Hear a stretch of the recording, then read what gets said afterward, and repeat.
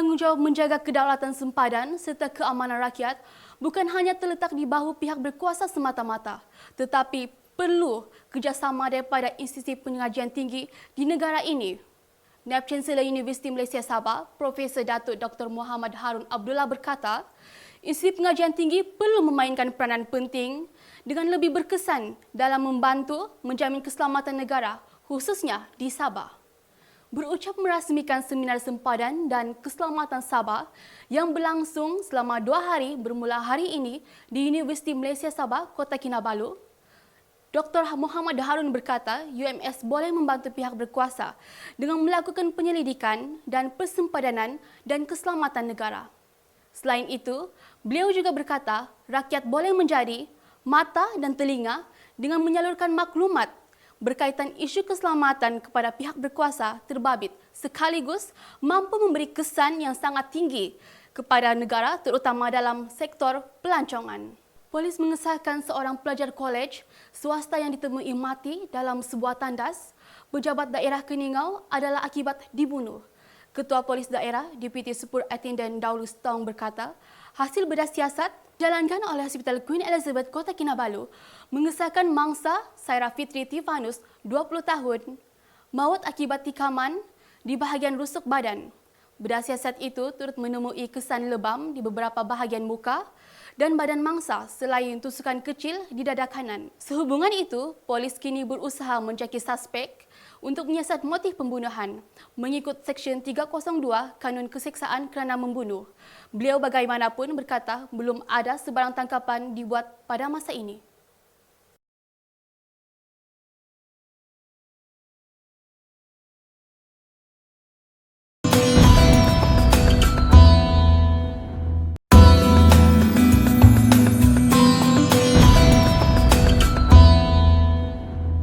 Kementerian Belia dan Sukan Sabah sentiasa memberikan bantuan dan sokongan untuk program pembangunan belia yang berkaitan dengan bidang kemahiran.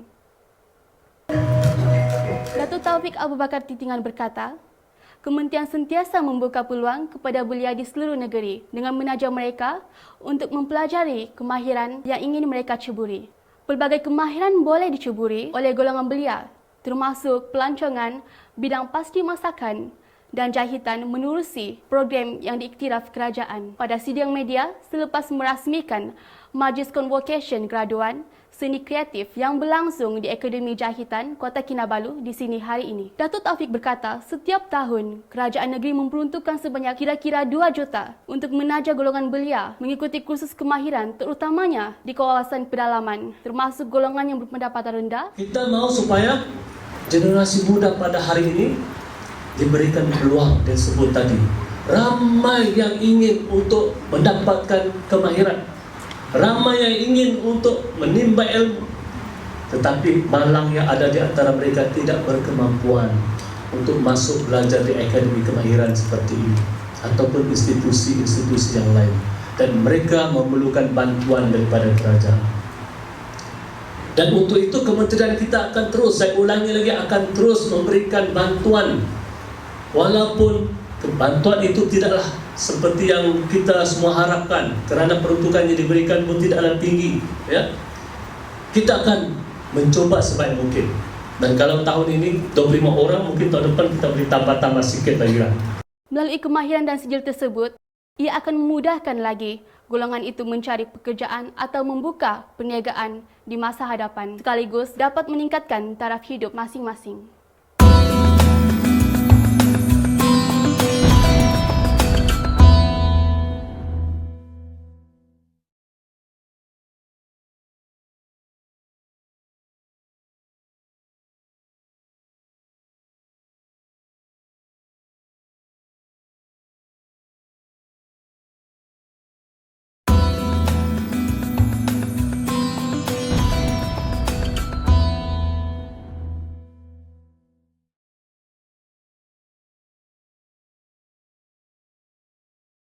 Pertama kali saya ingin mengucapkan banyak-banyak terima kasih kerana telah meluangkan masa untuk datang ke Tawau, menyaksi dan mengambil bahagian dalam satu daripada program kita pada hari ini. adalah untuk menunjuk kemantapan pertahanan kita di kawasan Sabah. Salah satu tujuan di mana kita berada di sini adalah untuk memberi satu ketetapan, satu confident building kepada rakyat Sabah bahawa ATM dan kerajaan Malaysia memberi komitmen yang setinggi-tingginya, full komitmen untuk menentukan kawasan di Sabah ini adalah selamat. Seperti yang kita tahu sebelum ni, banyak inisiatif security telah ditempatkan di sini, dan satu daripada inisiatif terbaru adalah untuk meletakkan aset pertahanan udara. Dan apa yang kita telah nampak pada hari ini adalah satu demonstrasi kuasa udara yang telah ditempatkan di kawasan Sabah. Kita pada masa ini meletakkan pesawat-pesawat pejuang kita di Labuan, di mana adalah satu kawasan strategik yang boleh menentu dan memberi pengawasan di kawasan timur Sabah dan juga di kawasan Laut Cina Selatan. Dan apa yang kita boleh nampak, keupayaan ini akan dipertingkatkan di masa yang terdekat ini, dengan harapan kita boleh memberi satu pertahanan yang mantap. Selain daripada itu, kita ingin juga memberi satu gambaran di mana dengan adanya aset-aset yang kita ada sekarang ini, segala operasi keselamatan boleh lagi dibuat dengan efisien dan efektif. Apa yang kita nampak daripada pihak tentera udara ni, kita ada pesawat angkut, pesawat pejuang dan juga pesawat helikopter. Ini adalah satu komponen pasukan udara yang mantap, dan ditambah dengan kehadiran pasukan khas kita. Apa yang kita nampak tadi adalah satu tunjukkan ataupun demonstrasi hostage rescue operation, di mana kita punya pasukan khas bersedia, ditambah lagi dengan aset-aset yang kita ada sekarang ini. So itu adalah secara ringkasnya yang saya boleh katakan satu demonstrasi yang ringkas untuk menunjuk kepada rakyat Sabah dan juga rakyat Malaysia yang kita bersedia di kawasan yang kita memang tahu keadaan keselamatan pada masa ini. Bayangnya mana dia helikopter akan letak dengan Gatling gun supaya dia ada kuasa udara. It is very effective. So this keupayaan ini saya dipahamkan akan dapat masa-masa yang memang terdekat. Cuma I cannot reveal the date. Ada atasan kepimpinan akan memberi announcement yang sepatutnya lah. Tapi yang saya boleh katakan di sini, keupayaan itu meletak Gatling gun di pesawat helikopter akan dilaku secepat mungkin. So we will see it. It will come very soon. Yang currently squadron of Hawk, which was immediately deployed last month. Then the present aircraft is what you see today, and this capability, the number will increase as years to come. Sekarang ni kita telah akan menentukan infrastruktur yang ada di Labuan itu akan diperbesarkan lagi, dan juga insyaAllah pada masa-masa yang akan datang ni pesawat-pesawat yang lain akan ditempatkan itu secara bergilir. Tapi pesawat Hawk ni memang sentiasa ada di Sabah. So what you can see now is one Hawk squadron dekat situ. As years to come ni, baik mengikut giliran pesawat-pesawat seperti Sukhoi, F-18 kan akan membuat satu kita panggil detachment di Sabah, on and off. So currently that is the present capability and also the plan that we are hanya adalah sekarang ni buat masa ini adalah satu squadron. Biasanya kalau full complement ni dalam 100 orang macam itulah full complement. This is technician.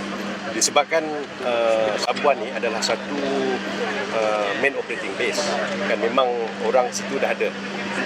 Kita nak tambah squadronnya, we just bring our technician there. All other support system is already in place, kan? Because seperti yang kita tahu, di situ ada beberapa squadron dah yang sedang beroperasi, helikopter atau transport pesawat angkut memang dah ada. Jumlah dia, saya I won't be able to tell you detail, kan? But what I can tell you is that we have a squadron of Hawk, kan?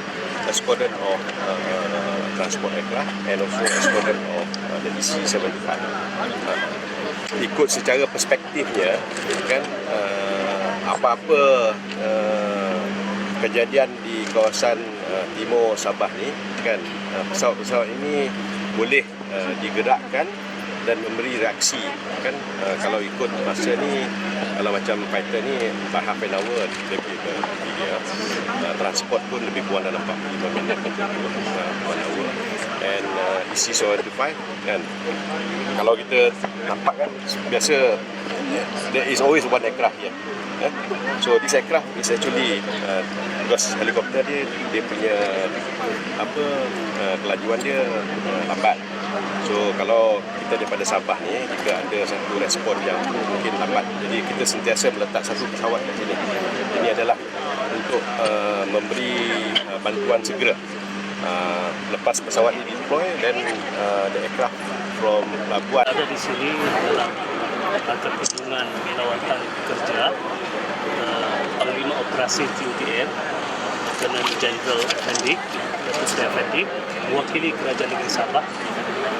Dengan ini mengucapkan setinggi-tinggi penghargaan terima kasih bukan sahaja kepada Lieutenant General tapi juga kepada Kerajaan Malaysia, Kerajaan Persekutuan, khususnya Amat Berhormat Datuk Seri Perdana Menteri dan Menteri Pertahanan Datuk Seri Ishak, yang memang daripada dulu mereka telah berikrar untuk memastikan selawatan Sabah, terutama pantai timur, akan tetap menjadi keutamaan kerajaan Malaysia. Dan ini dibuktikan dengan kehadiran yang kita nampak satu cabang daripada Menteri Pertahanan, Tentera Udara, memperlihatkan aset yang telah diberikan keutamaan untuk berada di Sabah, ya.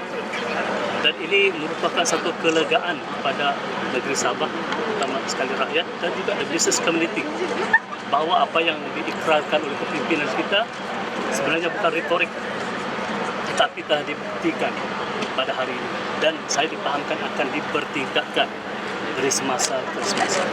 Jadi saya berharap apa yang kita nampak hari ini bukan sahaja terbatas untuk Tentera Udara, perkara yang sama juga harus diberi perhatian kepada cabang-cabang pertahanan yang lain, terutama darat dan juga laut.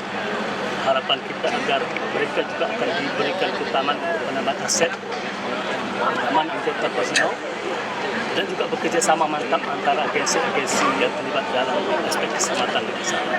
Pada masa yang sama juga saya menyuruh kepada rakyat Sabah, khususnya yang tinggal di kawasan-kawasan tertentu, supaya memberikan kerjasama sepenuhnya dengan pihak keselamatan.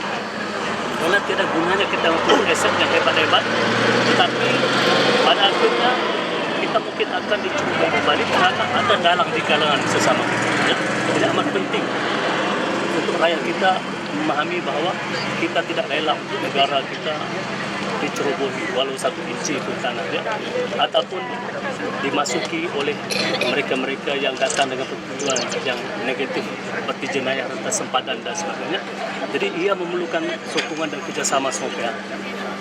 Harapan saya rakyat Sabah akan berdiri teguh di belakang kerajaan untuk memastikan Sabah terus bebas, terus sifar daripada kegiatan-kegiatan yang disebutkan tadi, termasuk pencerobohan militan dan juga jenayah rentas sempadan.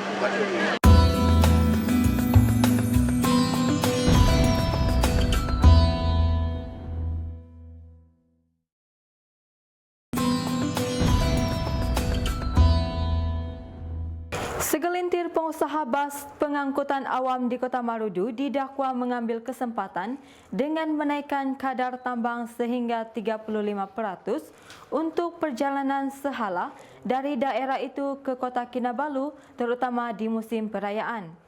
Seorang penuntut kolej, Anisi Pawal, ketika ditemui Sayang Sabah berkata, beliau amat terkejut dengan tindakan segelintir pengusaha bas yang menaikkan kadar tambang sehingga mencecah RM40 berbanding harga biasa RM25. Antara alasan yang diberikan oleh para pengusaha terbabit ialah kekurangan bilangan kendaraan awam pada musim perayaan Tahun Baharu Cina yang menyebabkan harga tambang dinaikkan.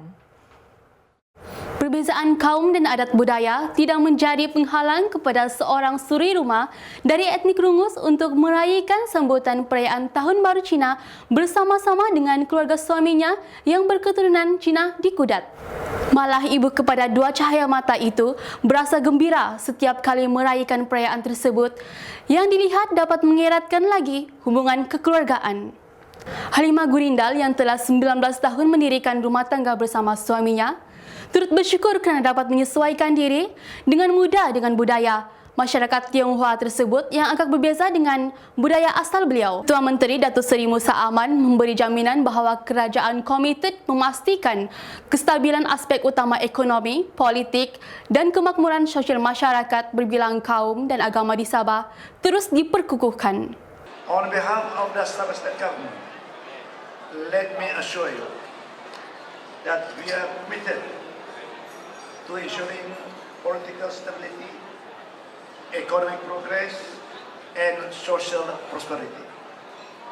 We'll strive to uphold and further strengthen these positive aspects so that the people will continue to experience and feel the benefit of living in a country instead that are always looking towards improving livelihoods and maintaining harmony and stability. Beliau berkata demikian semasa berucap di majlis makan malam Pesta Angpau sempena perayaan Tahun Baru Cina di Dewan Hakka Tanjung Lipat, Kota Kinabalu semalam. Sementara itu, Ketua Menteri turut menegaskan kerajaan negeri tidak pernah meminggirkan mana-mana suku kaum dan agama dalam melaksanakan program pembangunan di Sabah. Sebaliknya, beliau berkata kerajaan berfungsi untuk semua lapisan masyarakat.